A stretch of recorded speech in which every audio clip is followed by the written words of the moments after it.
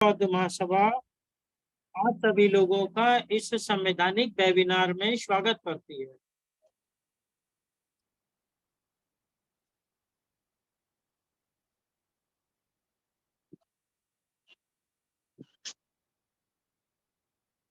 यह मेरा डिक्लेरेशन है। मैं आरसी धीमान, निवासी कानपुर उत्तर प्रदेश, यह घोषणा करता हूं कि मैं भारत के संविधान में पूर्ण आस्था एवं विश्वास रखता हूं।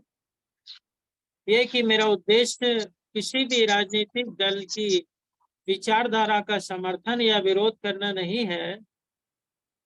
यह कि मैं धर्म, मूल, वंश, वर्ण, जाति, लिंग, रंग, जन्म स्थान आदि के आधार पर होने वाले भेदभाव का समर्थन नहीं करता हूं। यह कि व्यक्ति के संवैधानिक अधिकार और मानवाधिकार, समता, स्वतंत्रता, बंधुता और गरिमा का प्रबल समर्थन करता हूं। यह कि विधिक अज्ञानता को दूर करने तथा विधिक अधिकार और अधिक कर्तव्यों का बोध कराने के उद्देश्य से निःशुल्क, बिना के जनहित में विधिक ज्ञान प्रदान कर रहा हूँ।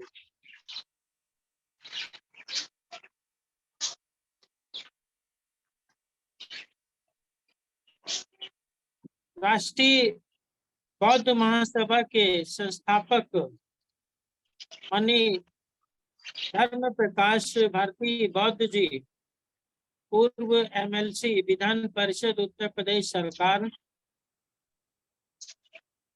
और राष्ट्रीय बौद्ध महासभा के कार्यवाहक अध्यक्ष, राष्ट्रीय अध्यक्ष माननीय बादल सिंह बौद्ध जी,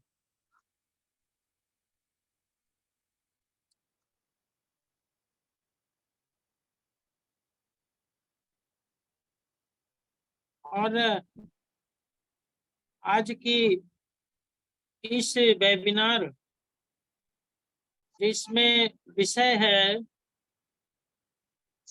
समान नागरिक संहिता की आवश्यकता क्यों और कैसे,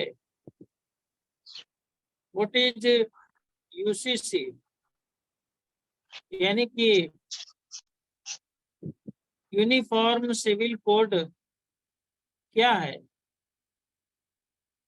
संविधान के अनुच्छेद 44 पर विचार विमर्श।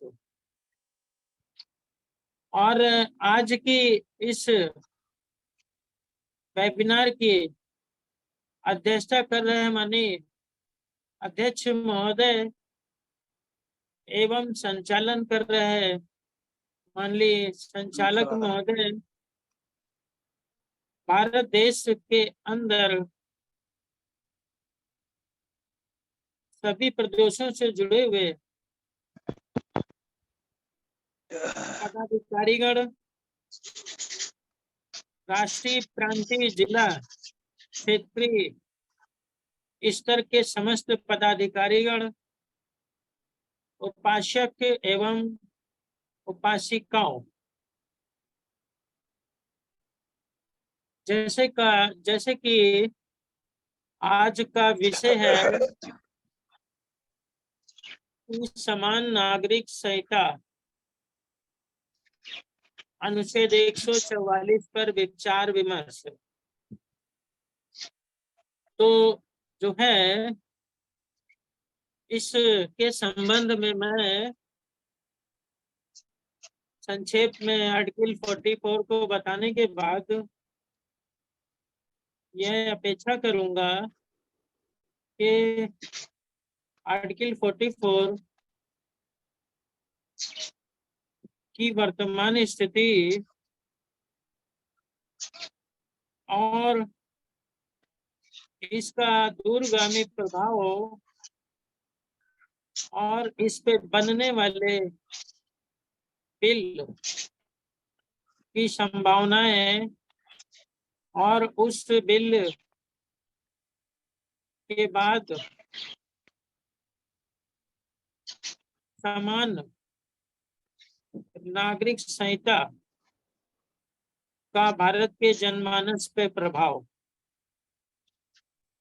क्या पड़ेगा। इन सभी बिंदुओं पर सामान्य रूप से विचार विमर्श करने की आवश्यकता है। तो इसके लिए जो है कुछ साथी इन बिंदुओं पर अपने विचार व्यक्त करेंगे और फिर हम लोग उस पर लीगल डिस्कशन करेंगे। तो first of all, constitution of India 1949 article 44 uniform civil code for the citizens of India.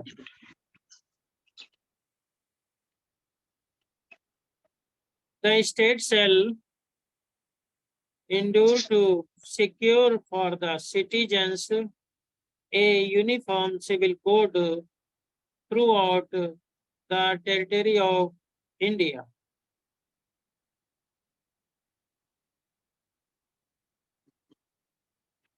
This is written in the Constitution of India, and this article is for the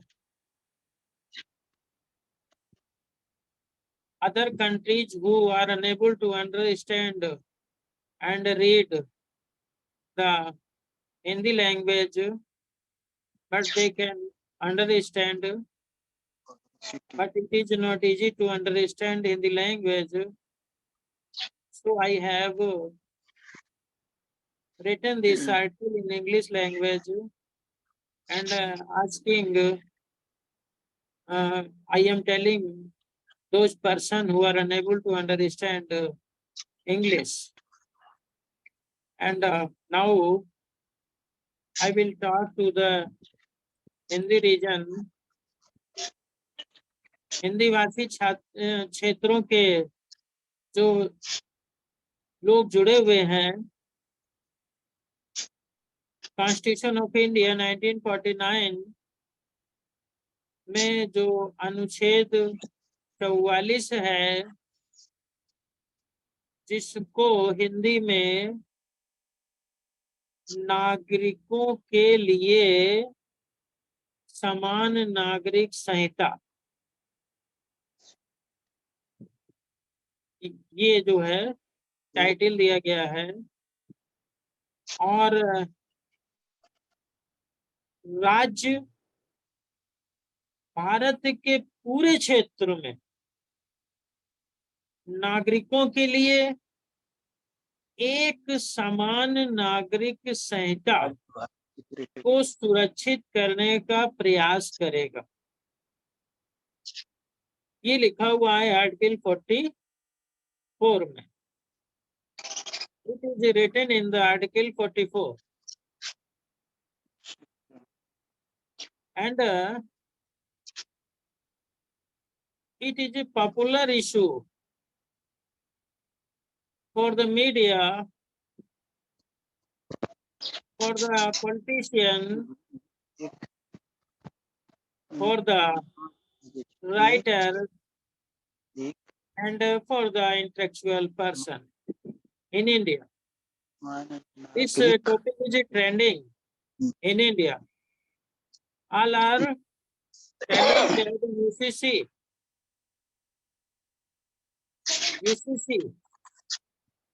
I have told you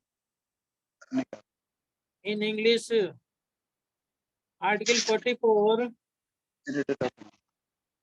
and people are telling it in the new name UCC.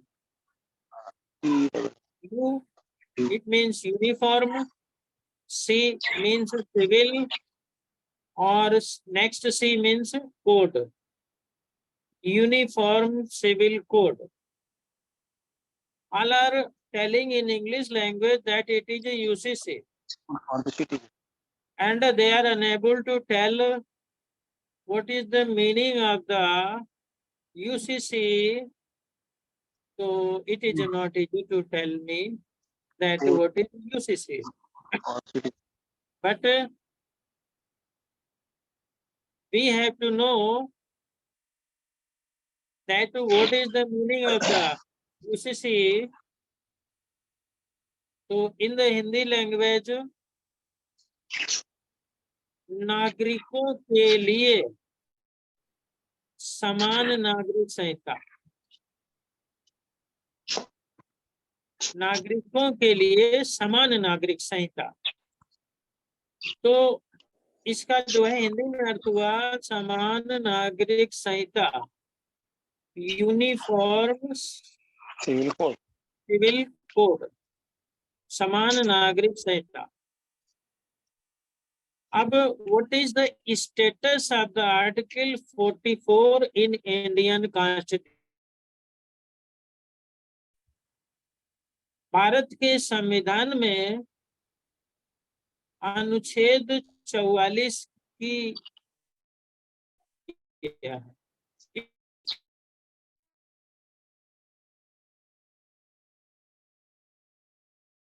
in Indian Constitution. You have to know that it is a directive principle.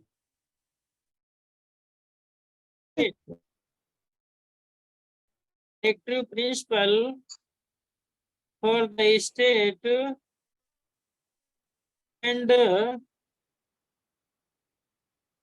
it is a clear direction to the state that when state is making law, then they have to follow the directive principle of Indian Constitution.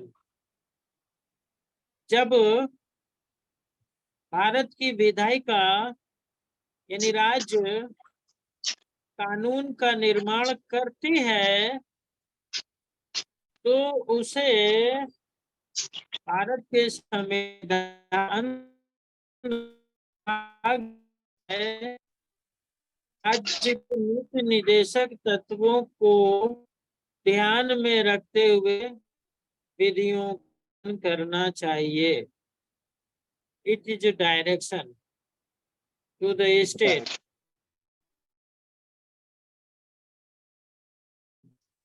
Direction of the directive principle of Indian Constitution, Part 4.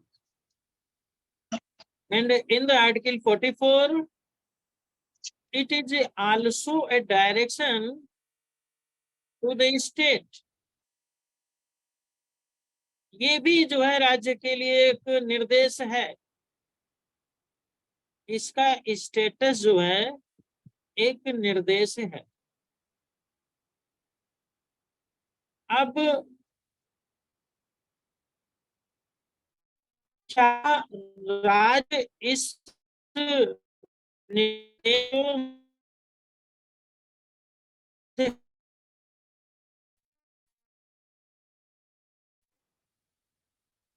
तो it is not bounded. ये निर्देश है। ये एक पैमाना है। कल्याणकारी राज्य की स्थापना करने के लिए इसको पालन करना राज्य का कर्तव्य है, लेकिन उसके अपने संसाधनों के आधार पर, उसके अपने रिसोर्सेस के आधार पर उसे इसे पालन करना है। अब सवाल ये पैदा होता है कि जब आर्टिकल 44 या डायरेक्टिव प्रिंसिपल को राज्य विधि बनाते समय राज्य के नीति के निर्देशन के अनुच्छेदों का पालन नहीं करता है, तो what can do citizens of India? तब भारत के नागरिक क्या कर सकते हैं? What is the option for the citizens of India? Because the democratic government is not following the directory principle of Indian Constitution. तो जब एक लोकतांत्रिक सरकार डायरेक्टरी प्रिंसिपल को फॉलो नहीं करती है, तो भारत के नागरिकों के पास क्या क्या ऑप्शन बचता है? पहला तो ऑप्शन ये बचता है कि वह जुडिशरी में जाए और न्यायालय के समक्ष यह कहे कि लोकप्रिय सरकार, डेमोक्रेटिक सरकार राज्य के नीति निर्देशक तत्वों का पालन नहीं कर रही है, उससे पालन करवाया जाए। एक ऑप्शन ये है। परंतु ये ऑप्शन जो है भारत के संविधान के आर्टिकल 37 के द्वारा बंद कर दिया गया। This opportunity is not provided to the people of India। और आर्टिकल 37 में यह स्पष्ट कर दिया गया कि राज्य के नीति निर्देशक तत्वों के लिए, उनके प्रवर्तन के लिए, उनको लागू करवाने के लिए, उनके एग्जीक्यूशन के लिए कोर्ट में रिट फाइल नहीं की जा सकती। It means this option is closed and the people of India cannot go in front of the court to execute it। इसको लागू करवाने के लिए भारत की जनता न्यायालय में नहीं जा सकती, क्योंकि आर्टिकल 37 भारत के अंदर जो राज्य के नीति निर्देशक तत्व है संविधान में, अगर सरकार उसको फॉलो नहीं करती है तो सरकार से उसे जबरदस्ती लागू करवाने के लिए न्यायालय में नहीं जा सकते। This is the status of article 44। This is clear. What is the option of the people of India? तब जनता के पास दूसरा ऑप्शन क्या है? तब जनता के पास दूसरा ऑप्शन क्या है? इस संबंध में डॉक्टर BR अम्बेडकर ने बताया है। जब राज्य के नीति निर्देशक तत्वों को विश्व रत्न बाबा साहब डॉक्टर भीमराव अंबेडकर ने भारत के संविधान में समाहित किया, तो उसमें उन्होंने राज्य, एक कल्याणकारी राज्य की स्थापना करने के लिए एक वर्ग विहीन, एक जाति विहीन, एक सामाजिक लोकतंत्र, एक आर्थिक लोकतंत्र, समता, स्वतंत्रता, बंधुता, न्याय जैसे उद्देश्यों की पूर्ति के लिए डायरेक्टरी प्रिंसिपल को समाहित किया, राज्य के नीति निर्देशक तत्वों को। परंतु स्टेटस ये है कि government is not making law according to direction of the director principal, and people of India cannot go in front of the court, क्योंकि आर्टिकल 37 रोकता है। तो बाबा साहब अम्बेडकर से कहा गया कि यह तो एक कंगाल बैंक का को जो है क्या जो है चेक है, जो भविष्य में कभी कैश ही नहीं हो सकता। तो डॉक्टर अंबेडकर ने कहा कि इसका इम्पोर्टेंस खत्म नहीं हो जाता है, ये जनता देखेगी, देश की पीपुल ऑफ इंडिया देखेगी कि डायरेक्टिव प्रिंसिपल को यह लोकप्रिय सरकार फॉलो करती है या नहीं करती। अगर नहीं करती है तो फिर आने वाले कल में गवर्नमेंट को जनता जब चुनाव होगा तो अपने मतदान के द्वारा अपना निर्णय देगी।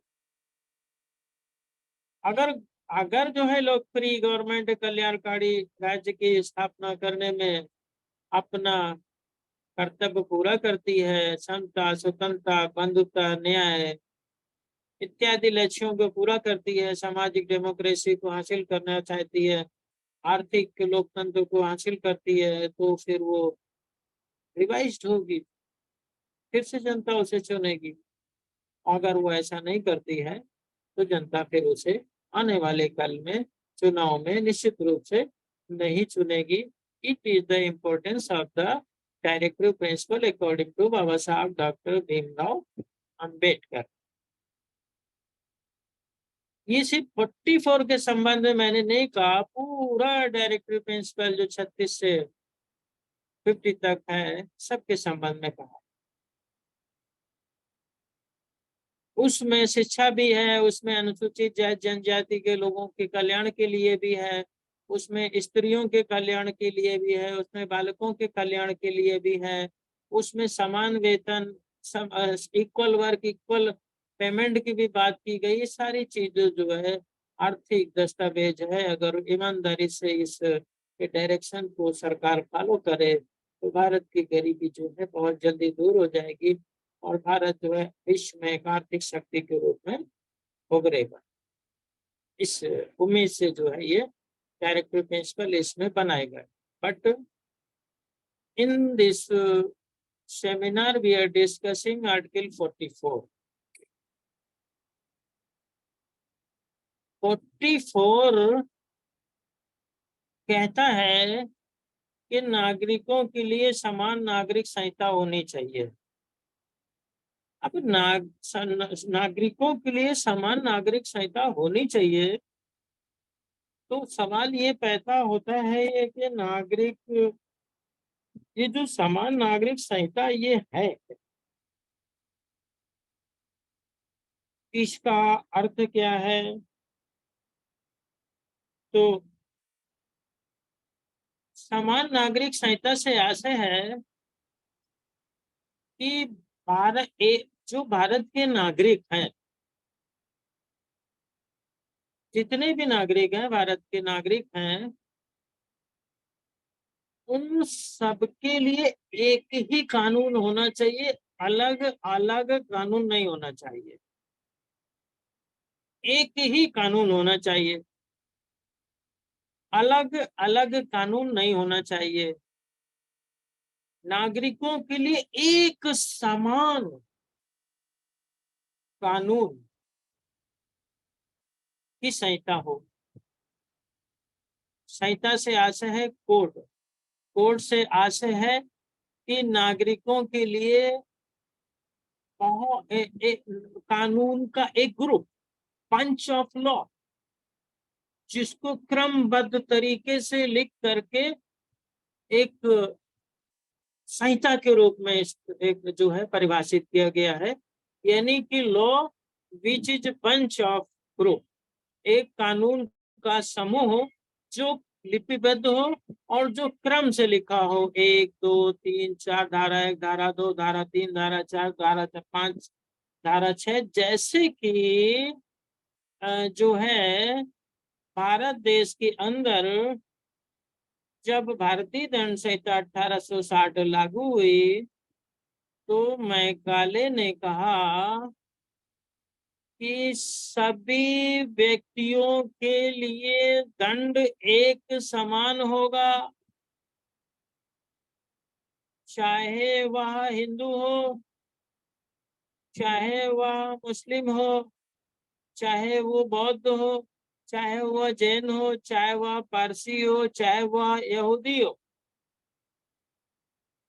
पहले क्या था, दंड का तरीका क्या था कि अनुसूचित जनजाति के लोगों के लिए मनुष्य निर्धारित था।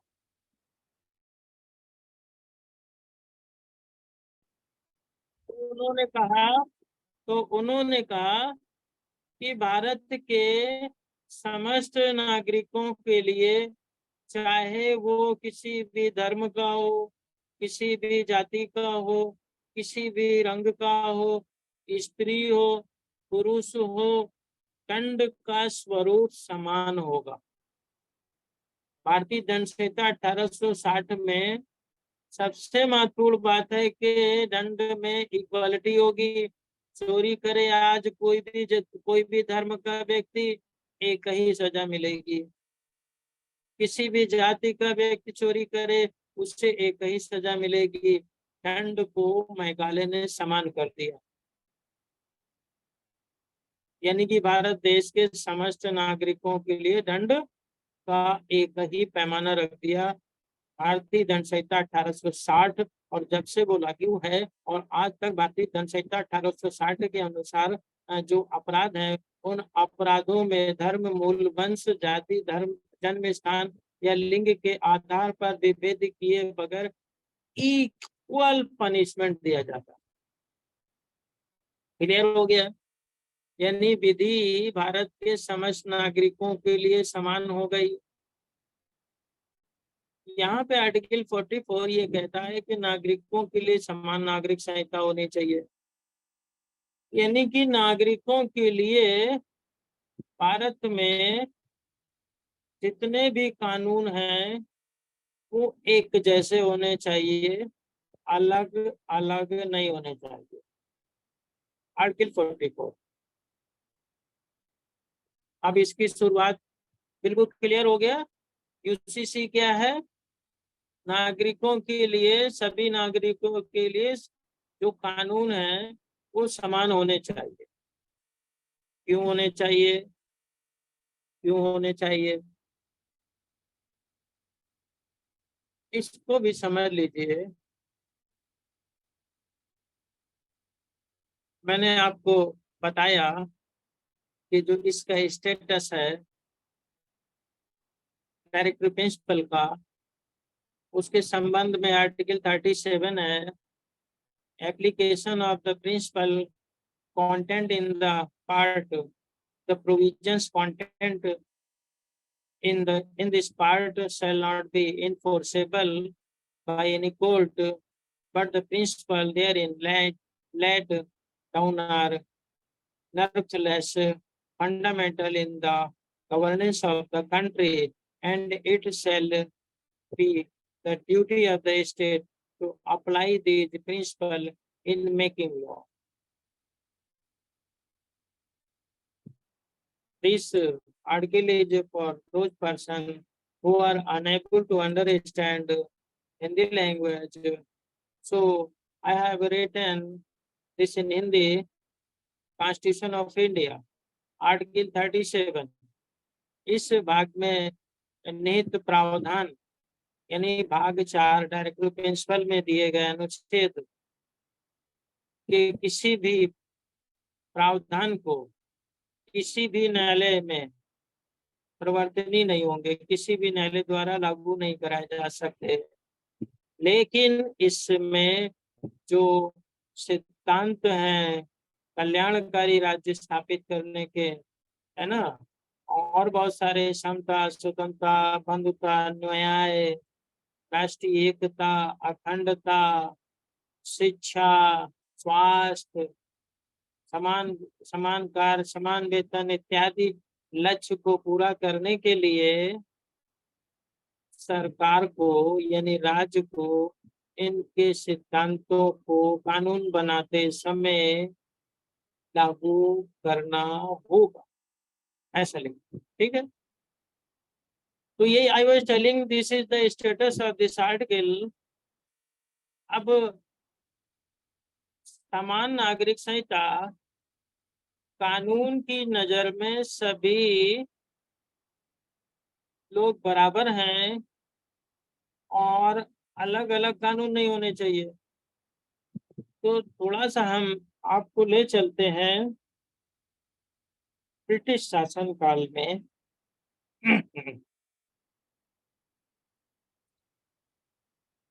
ब्रिटिश शासन काल में जब जो है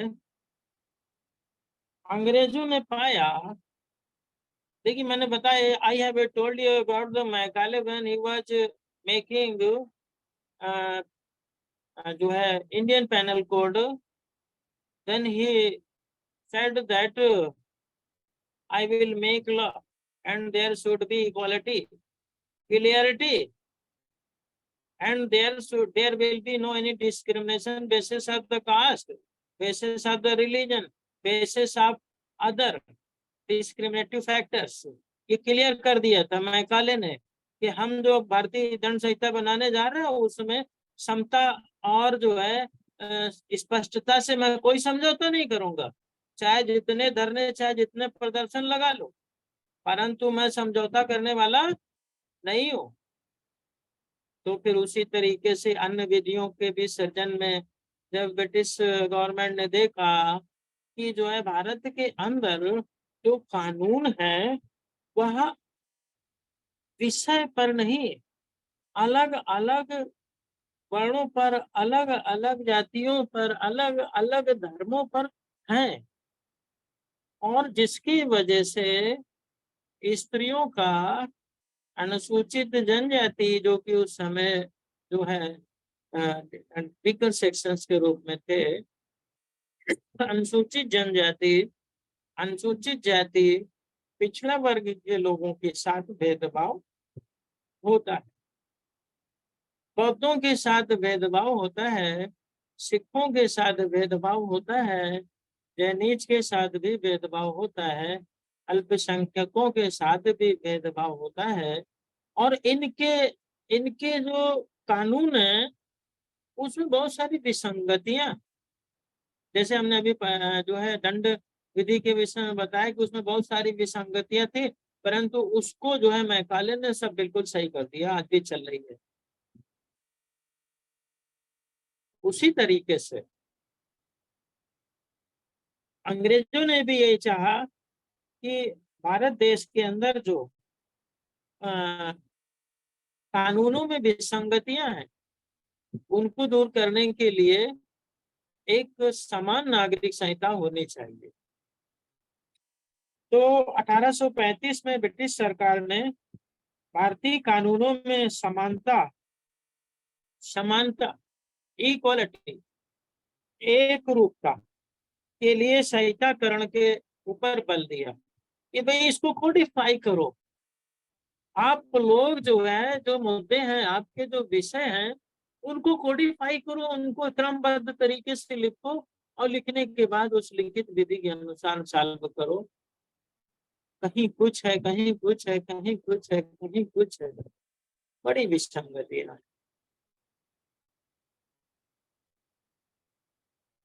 तो जो है डायरेक्टिव प्रिंसिपल में ये सारे आर्टिकल बनाए गए, तो बनाते समय ये आर्टिकल 44 भी डाल दिया गया कि इन फ्यूचर भारत के अंदर सभी नागरिकों के लिए समान नागरिक संहिता हो। अब इस आर्टिकल का जो है अर्थ, इस आर्टिकल का क्षेत्र, इस आर्टिकल की सीमाएं कहाँ तक हैं, ये इसमें परिभाषित नहीं है। सभी नागरिकों के लिए एक समान नागरिक संहिता होनी चाहिए। कहाँ कहाँ तक ये नागरिक संहिता की बात कर रहा है, इट इज नॉट क्लियर। परंतु जो लोग जो है इस आर्टिकल को देखते हैं, उनका अपना अपना एटीट्यूड है। गवर्नमेंट इसको, जो भी गवर्नमेंट आती है वह इस आर्टिकल को अपने नजरिए से देखती है। वह आर्टिकल, क्योंकि इसमें बिल्कुल साफ लिखा कि एक जो है नागरिक संहिता की आवश्यकता है। अब वर्तमान समय में जो यूसीसी की यानी कि यूनिफॉर्म सिविल कोड के संबंध में चर्चा चल रही है, वो क्या चल रही है, इसका आरंभ हुआ कहाँ से, आखिर ये चर्चा में आई कहाँ से। तो इस विषय में हम लोग चर्चा करते हैं।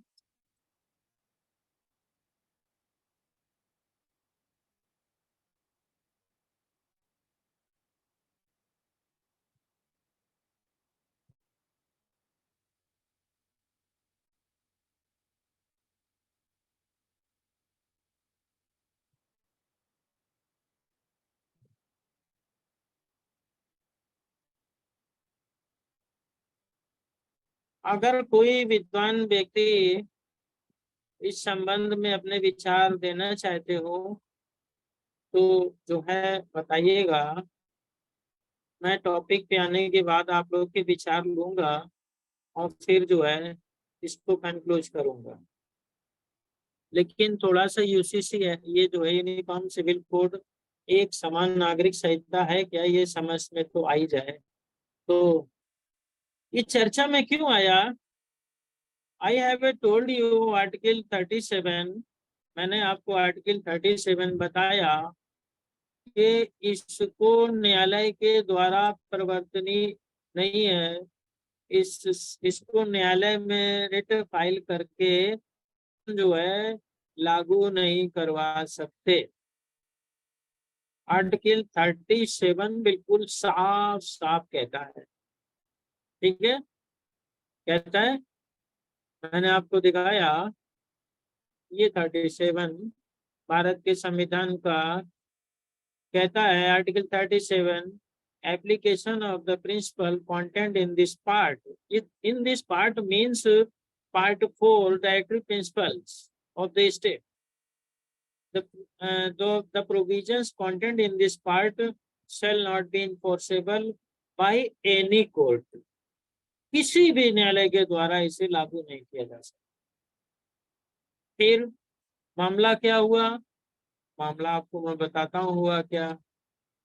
मामला ये हुआ कि जो है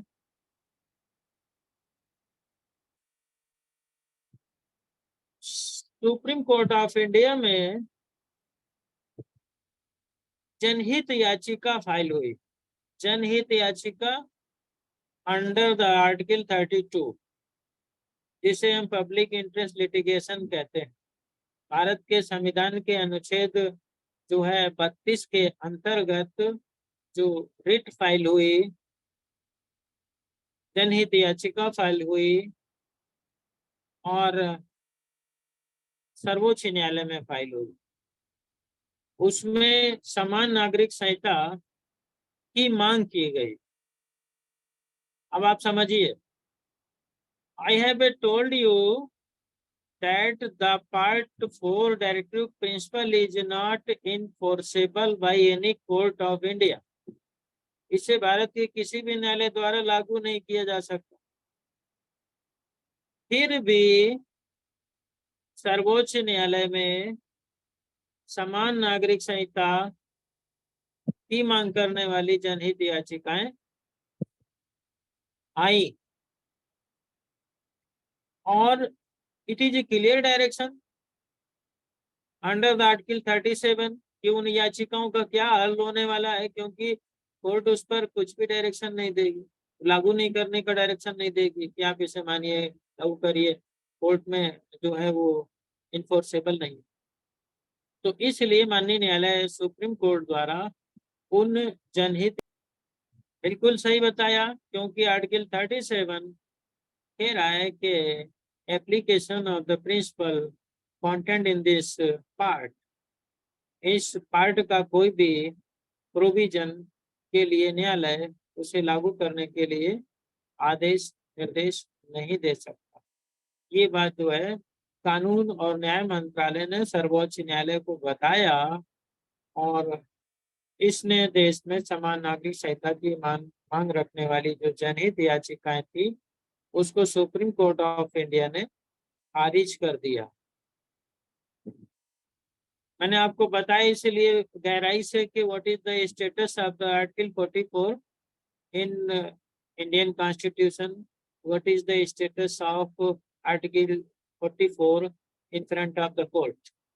दोनों ही पहले क्लियर कर दिए थे ताकि जब रिट की बात आए तो आपको आसानी से ये बात समझ में आ जाए।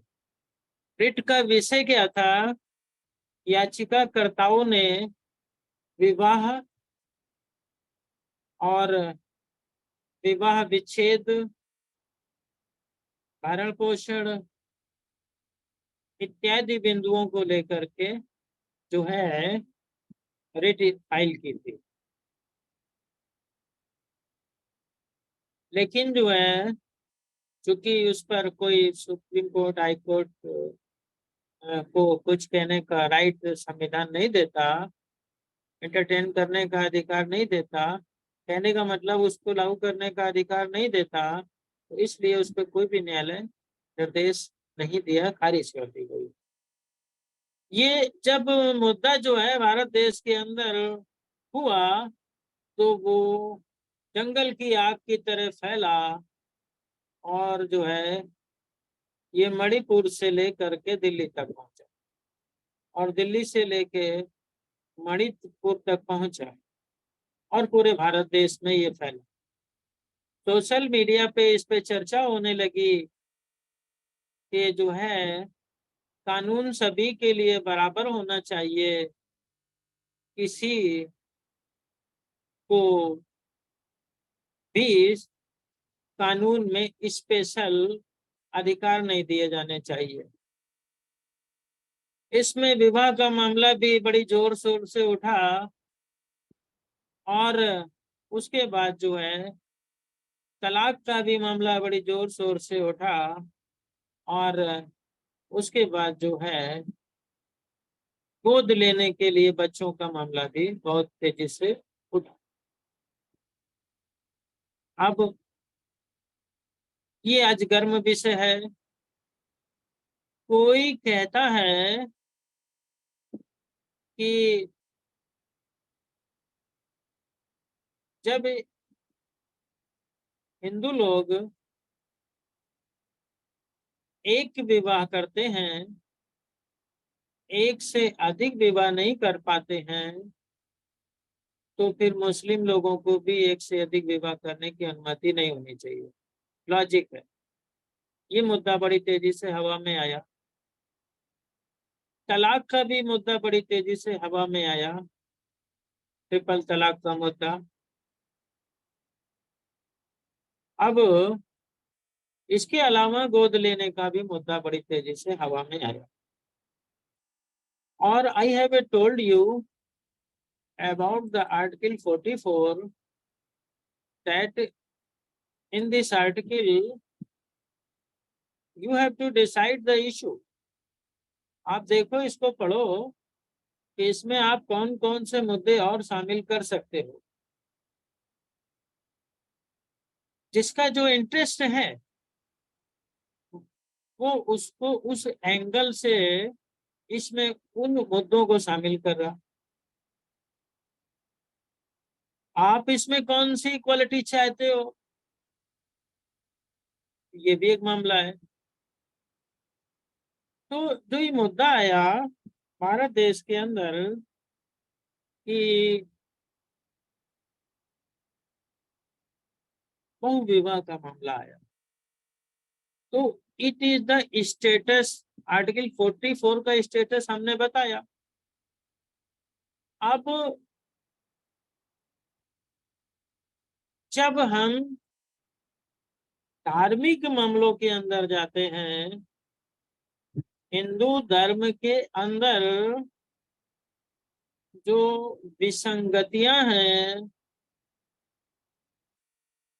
जहाँ पर इक्वलिटी नहीं है, जिन बिंदुओं पर इक्वलिटी नहीं है, उनको दूर करने का प्रयास करते हैं। और जो मुस्लिम धर्म में जहाँ पर इक्वलिटी नहीं है उनको दूर करने का प्रयास करते हैं। या बौद्ध धर्म या जैन धर्म या सिख धर्म या ईसाई धर्म, जहाँ पर भी इनइक्वलिटी नजर आती है उसको दूर करने का प्रयास करते हैं आर्टिकल 44 के माध्यम से। तो जो धार्मिक मामले हैं वह भारत के संविधान के अनुच्छेद 25 में हमें प्राप्त है। आर्टिकल 25 पे चलते हैं। आर्टिकल 25 क्या है? अभी हम लोग आर्टिकल 44 पे डिस्कस कर रहे थे and I told you about the status of the article 44। मैंने आर्टिकल 44 की स्थिति को स्पष्ट किया। अब आर्टिकल 25 पर आते हैं। Constitution of India 1949, article 25, freedom of conscious and free profession, practice and propagation of religion, subject to public order, morality and health, and to the other provisions of this part. All persons are equally entitled to freedom of conscience and the right freely to profess, practice and propagate religion. It means इस बात को हिंदी में समझ लीजिए क्या कि हर व्यक्ति को जो भारत के अंदर है उसे अपनी अंतर आत्मा के आधार पर, जो अंतरात्मा की स्वतंत्रता है उसके आधार पर धर्म को मानने, प्रचार करने के लिए समान रूप से हकदार है। अब यहाँ पर भारत के संविधान का अनुच्छेद 25 कहता है कि हर व्यक्ति को सार्वजनिक व्यवस्था, नैतिकता और स्वास्थ्य की सीमाओं के अंदर रहते हुए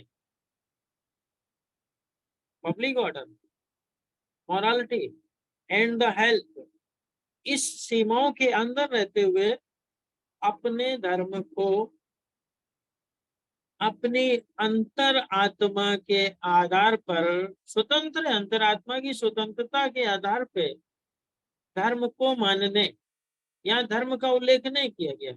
आपकी अंतर आत्मा स्वतंत्र है और आप जिस रिलीजन को मानना चाहे आप मान सकते हैं, मानने का अधिकार दिया है। फिर सिर्फ मानने का ही नहीं, उसकी उसकी प्रैक्टिस करने का, उसको लागू करने का, उसका अभ्यास करने का भी अधिकार दिया है और उसका प्रचार करने के लिए भी हमको अधिकार दिया गया है। ये 3 अधिकार जो है भारत के संविधान के अनुच्छेद 25 में दिए गए।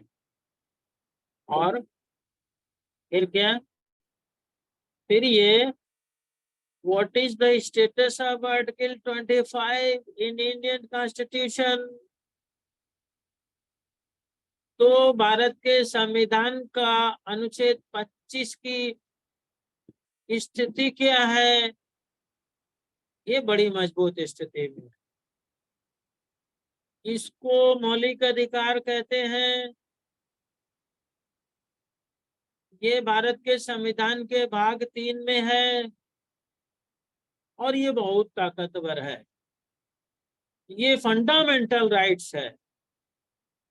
ये हमें इतनी ताकत के साथ संविधान देता है कि अगर इस अधिकार को मानने में हमें कोई रुकावट होती है, कोई बाधा आती है, हमारे को आर्टिकल 25 का पालन करने में कोई असुविधा होती है तो हम कोर्ट में जा सकते हैं, कोर्ट का दरवाजा खटखटा सकते हैं और कोर्ट के माध्यम से स्टेट को डायरेक्शन दिया जाएगा कि आप फला व्यक्ति के आर्टिकल 25 के अधिकार का वायलेशन क्यों कर रहे हैं।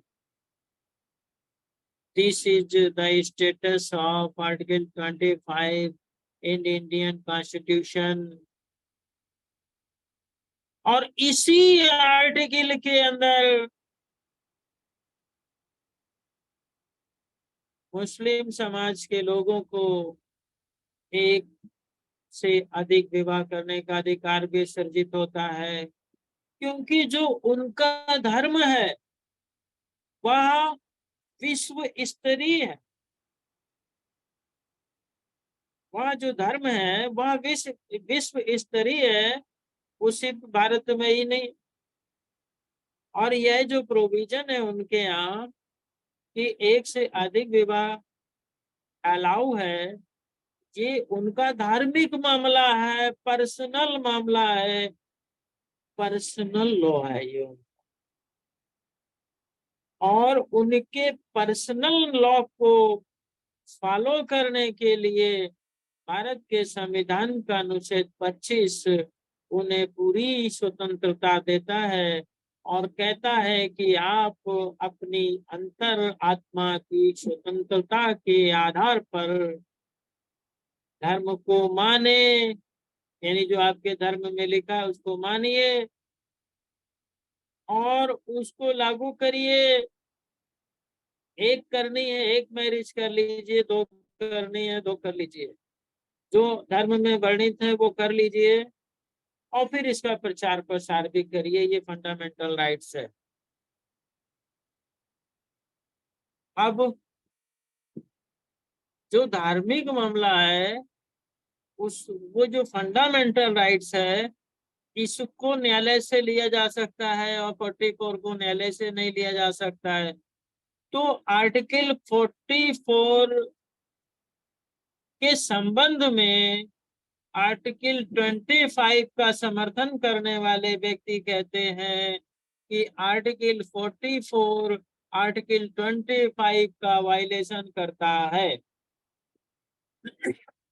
Article 44 is against the article 25 because article 25 is providing us freedom of conscience and free profession and practice and propagation of religion, and it is a fundamental rights. If you will जो है check me, disturb me, violate me, then I will go in the court and court will give direction. यहाँ पर fundamental rights का मामला आ जाता है, इसलिए article 44 बहुत कमजोर होगा। एंड जो इस जो है का समर्थन करते हैं वो कहते हैं कि आर्टिकल 25 हमारा समर्थन करता है और ये मेरा फंडामेंटल राइट है और हमारे फंडामेंटल राइट के मामले में state can not interfere and government can not make personal law, ये कहते हैं वो, ये कहते हैं। तो ये तो हो गया, ये जो है पर्सनल लॉ। अब यहीं पर जो है हिंदू लॉ की बात करते हैं। Listen me with carefully, I will tell you code bill. So you have to know that father of Dashrath has father of Ram, means Dashrath has 3 queen. राजा दशरथ की 3 रानियां थी। It means in ancient age there were a custom for the Hindus, you can marry many marriages. आप एक से अधिक शादियां कर सकते हैं। इट इज एग्जाम्पल दशरथ का हो गया। द्रौपदी ने जो है 5 पति से विवाह किया, बहु विवाह का चलन वहां पे भी था। तो जहाँ मुस्लिम धर्म को हम जब देखते हैं तो वहां पर भी जो है बहु विवाह की प्रथा नजर आती है। परंतु इस महंगाई में अब मैं देखता हूँ कि ये सिर्फ जो है पर्सनल लॉ में ही रह गई है। आजकल एक पत्नी को तो लोग खिला नहीं पाते हैं, बच्चे को तो खिला नहीं पाते हैं। शाह बानो का के साथ देख लीजिए, भरण पोषण का ही है हम मुस्लिम धर्म में है। तो आज की महंगाई में एकल विवाह का सिस्टम चालू हो गया है। और जब बाबा साहब डॉक्टर भीमराव ने हिंदू कोड बिल की बात कही, तो बाबा साहब भीमराव अंबेडकर ने हिंदू धर्म के अंदर जो विसंगतियां थी और जो है बहु विवाह की पद्धति थी और बहुत सारी जो संपत्ति के मामले थे, जैसे कि हिंदू विवाह अधिनियम 1955 के अंदर जो है जब हम देखते थे तो जो हिंदू विवाह अधिनियम 1955 आया वह हिंदू कोड बिल का ही हिस्सा। बाबा साहब ने एक जो है हिंदुओं के विवाह से संबंधित जो है और संपत्ति से संबंधित और जो है उनके उत्तराधिकार से संबंधित और जो विसंगतियां थी उनको दूर करते हुए एक कोड जो है बनाने का काम किया था। जैसे भारतीय दंड संहिता 1860 है, वैसे हिंदू कोड बिल बनाया था। अगर वह लागू हो जाता तो एक ही किताब में विवाह से संबंधित कानून होते, उसी किताब के अंदर जो है संपत्ति से संबंधित कानून होते, उसी किताब के अंदर गोद लेने से संबंधित कानून होते, उसी किताब के अंदर समस्त विसंगतियों को दूर कर दिया जाता। परंतु अनफॉर्चुनेटली जो है हिंदू कोड बिल पर जो है बात नहीं बनी। और सबसे बड़ी समस्या ये थी हिंदू समाज में उस समय कि जो है वुमेन्स राइट, महिलाओं को संपत्ति का अधिकार नहीं था, महिलाओं को संपत्ति का अधिकार नहीं था। तो हिंदू कोड बिल में जो है महिलाओं को संपत्ति के अधिकार की भी जो है बात कही गई। इसलिए हिंदू कोड बिल जो लाया गया बाबा साहब के द्वारा, उसके बाद जब जवाहरलाल नेहरू ने उसको टुकड़ों टुकड़ों में जो है लागू किया, हिंदू विवाह अधिनियम 1955 लागू किया, फिर एडॉप्शन भी लागू किया, फिर सक्सेशन भी लागू किया, इस तरीके से लागू हुआ। और जब वह लागू हुआ तो बाबा साहब के अधिक अथक प्रयास से जो हिंदू कोड बिल बनाया गया था उसका जो है परिवर्तित रूप में जब वह लागू हुआ तो हिंदू धर्म के अंदर की विसंगतियां, विवाह संबंधी विसंगतियां दूर हुई। अन्यथा हिंदू समाज के अंदर विवाह की बहुत सारी पद्धतियां थी। गंधर्व विवाह इसी में था, इसी में राक्षस विवाह भी था, इसी में आर्य विवाह भी था, इसी में भगा के ले जाने का भी विवाह था, बलात्कार करने के बाद भी जो है उस विवाह था। इतनी बहुत सारी जो और इनवैलिड विवाह की पद्धतियां थी जिसकी वजह से जो है विसंगतियां थी।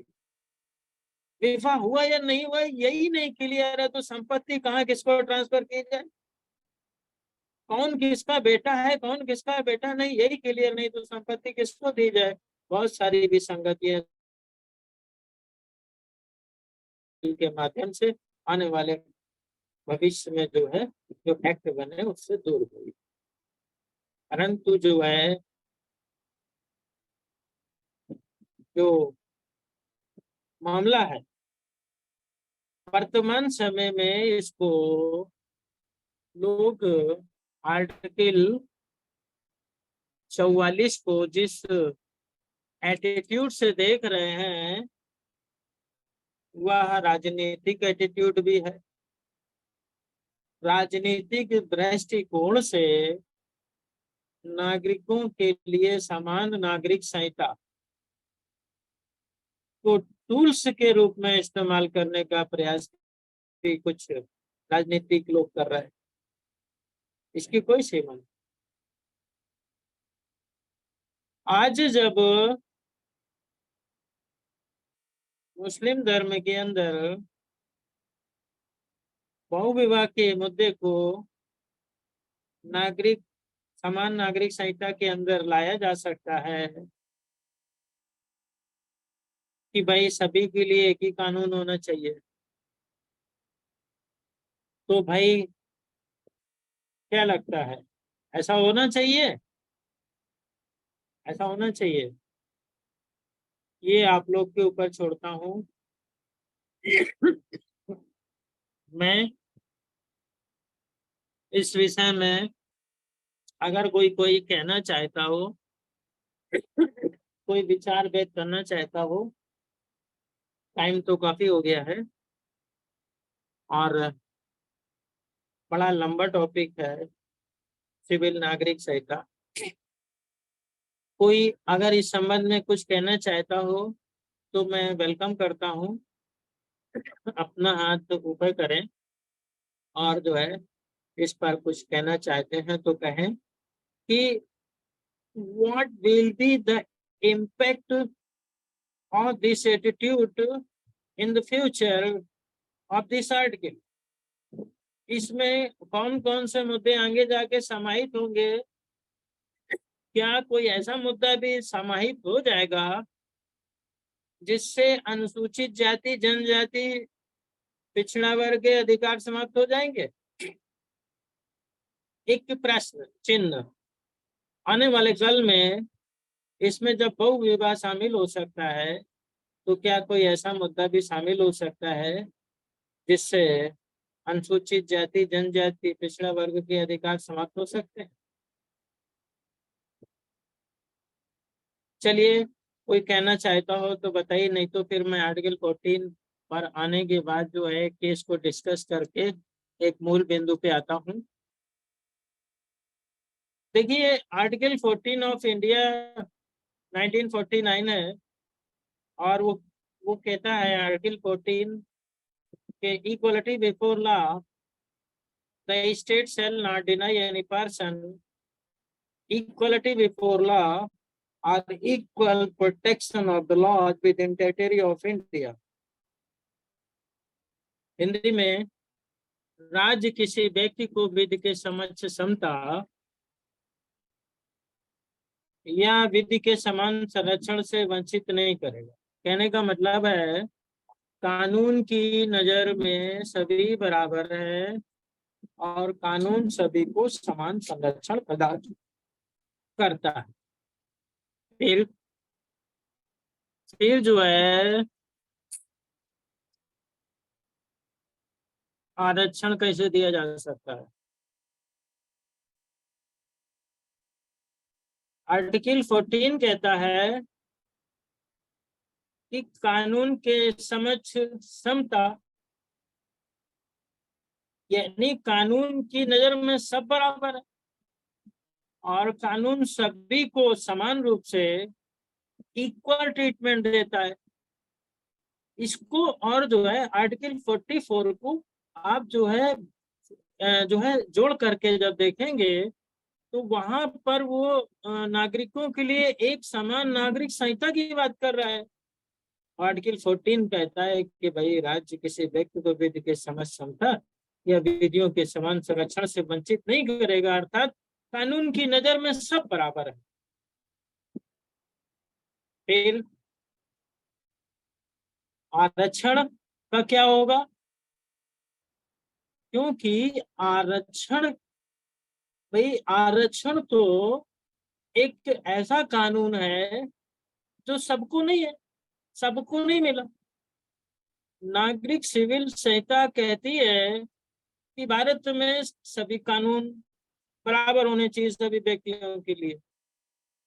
तो फिर राजनीतिक आरक्षण जो अनुसूचित जाति और अनुसूचित जनजाति को प्राप्त होता है और अदर लोगों को प्राप्त नहीं होता है, ये तो इन इक्वलिटी का मामला हो गया और आर्टिकल 14 के खिलाफ हो गया।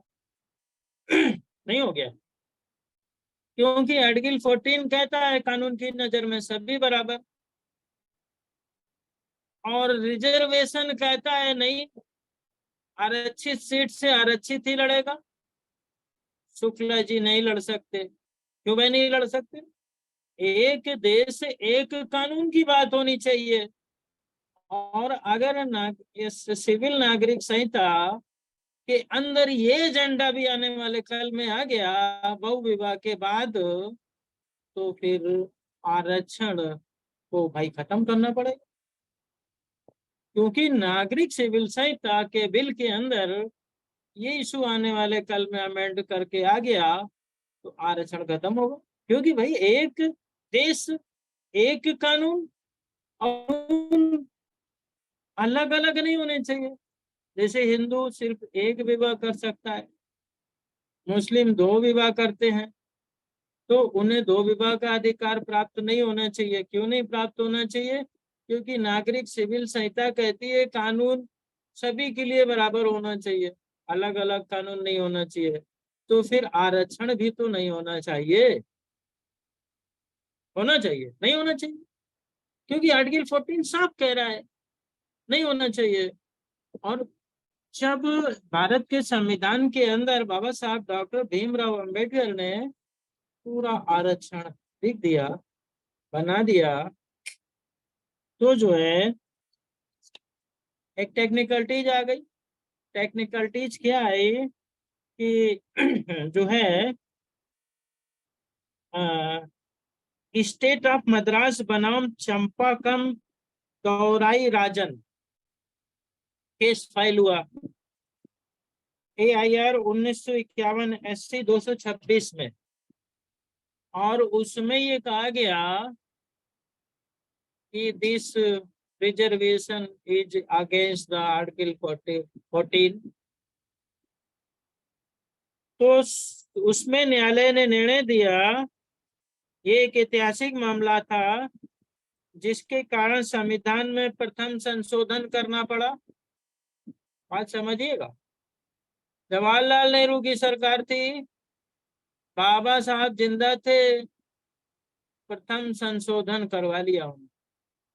प्रथम संशोधन करना पड़ गया था। संशोधन में क्या किया वो मैं बाद में बताऊंगा, परंतु जो है निर्णय क्या आया ये समझ लीजिए। क्योंकि आर्टिकल 14 क्या कहता है इसको समझना होगा आपको।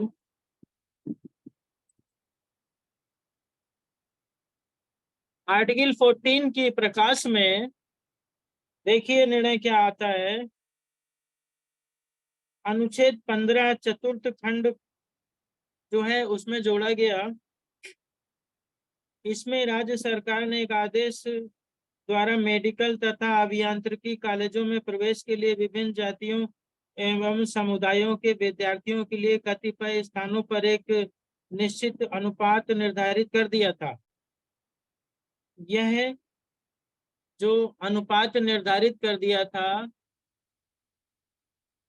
वह आर्टिकल 14 आर्टिकल 15 के अगेंस्ट था।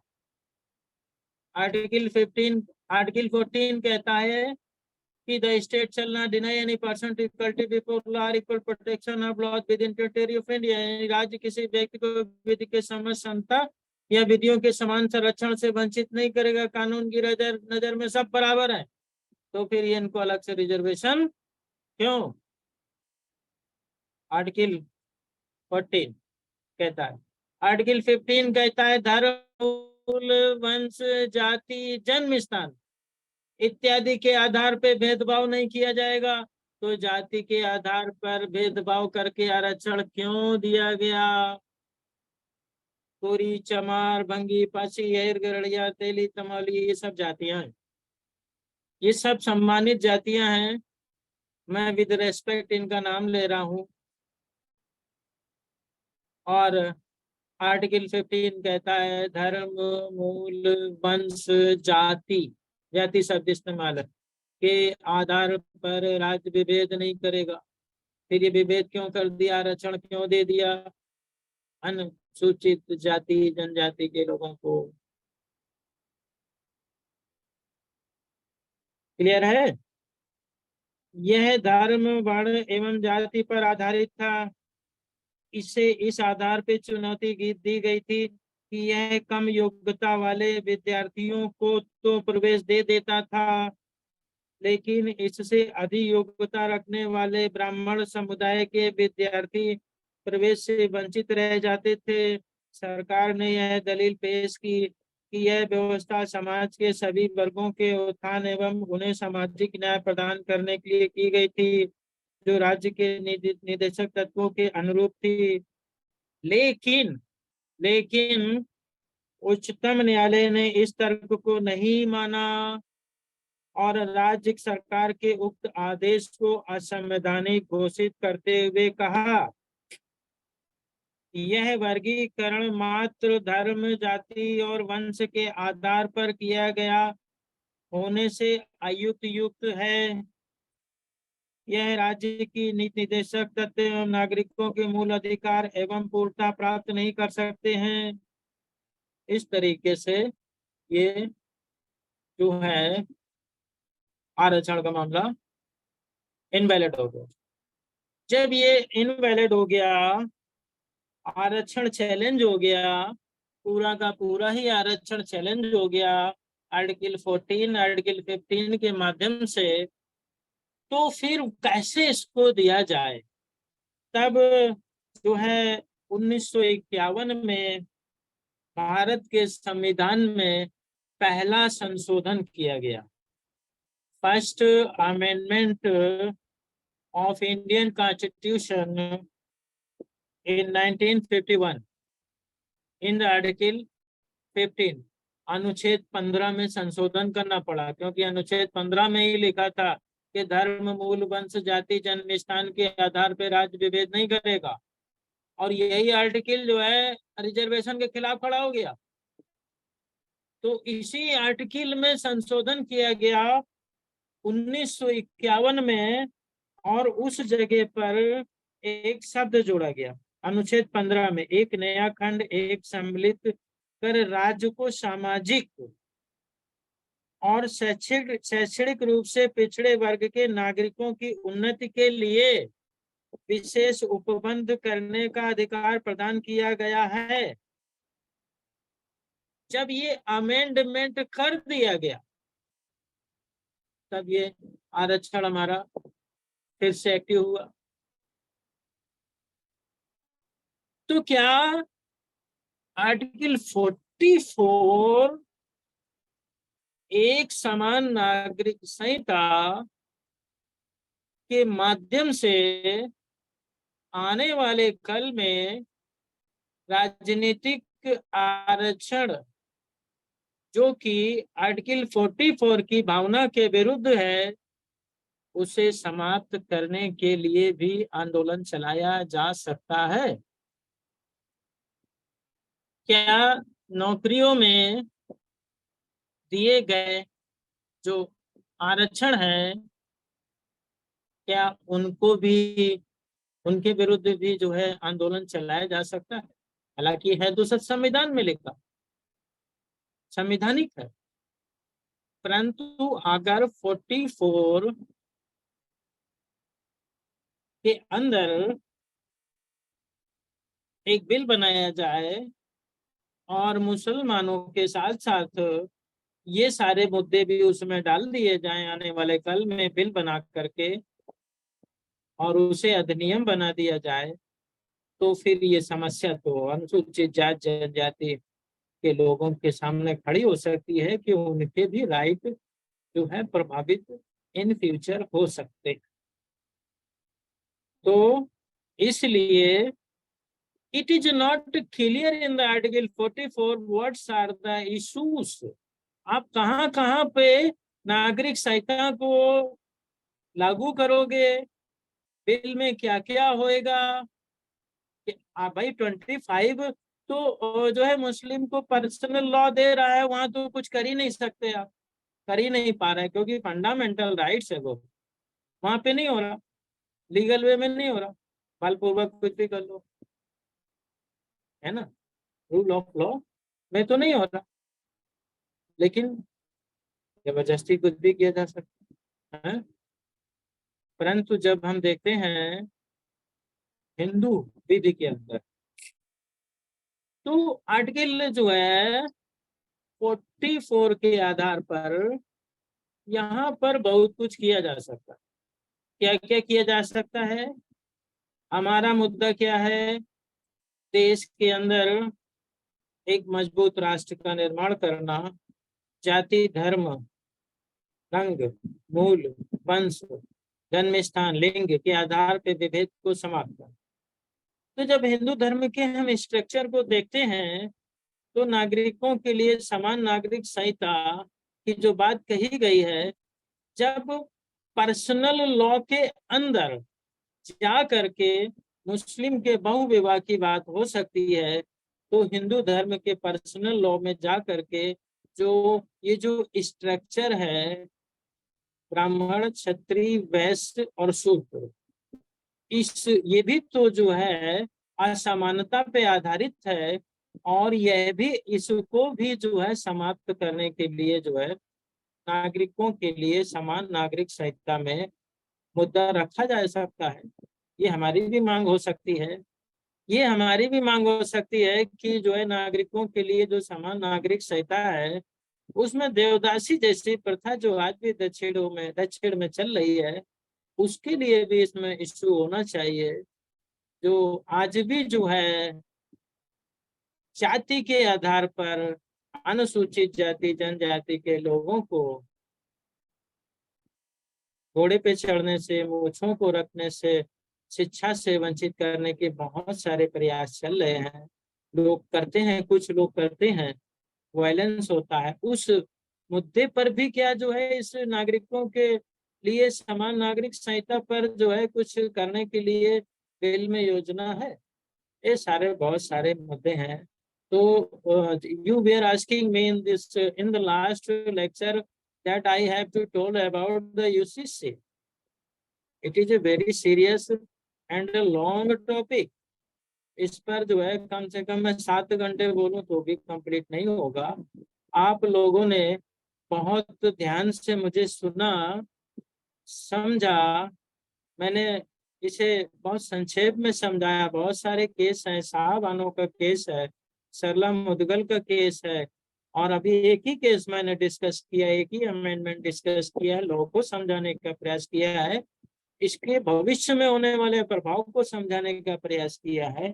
तो एक बात मैं यही कहना चाहता हूं कि कबूतर को सिर्फ दाने ही न दिखे, शिकारी का जाल भी देखने की कोशिश करनी चाहिए। शिकारी का जाल भी देखने की कोशिश करनी चाहिए, अन्यथा कबूतर जाल में फंस सकता है।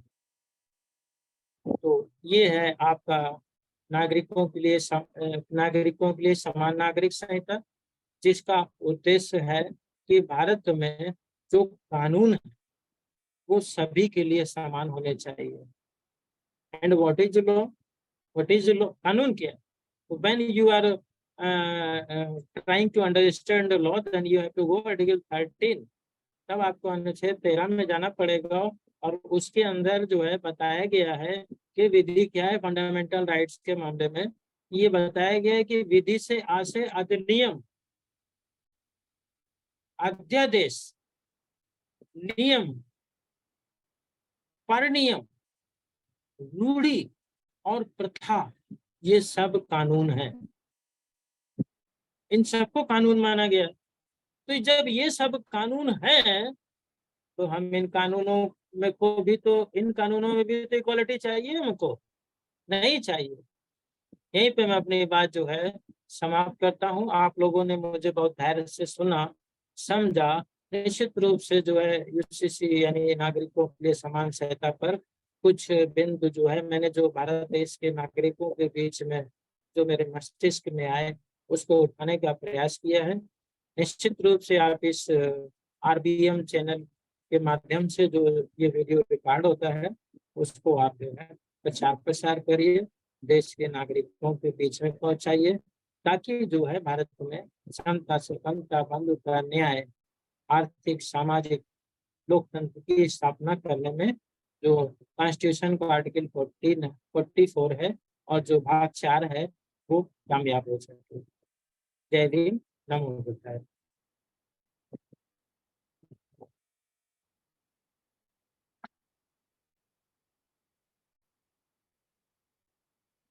आप आगे जो है आप लोग अपनी कार्रवाई आरंभ करिए।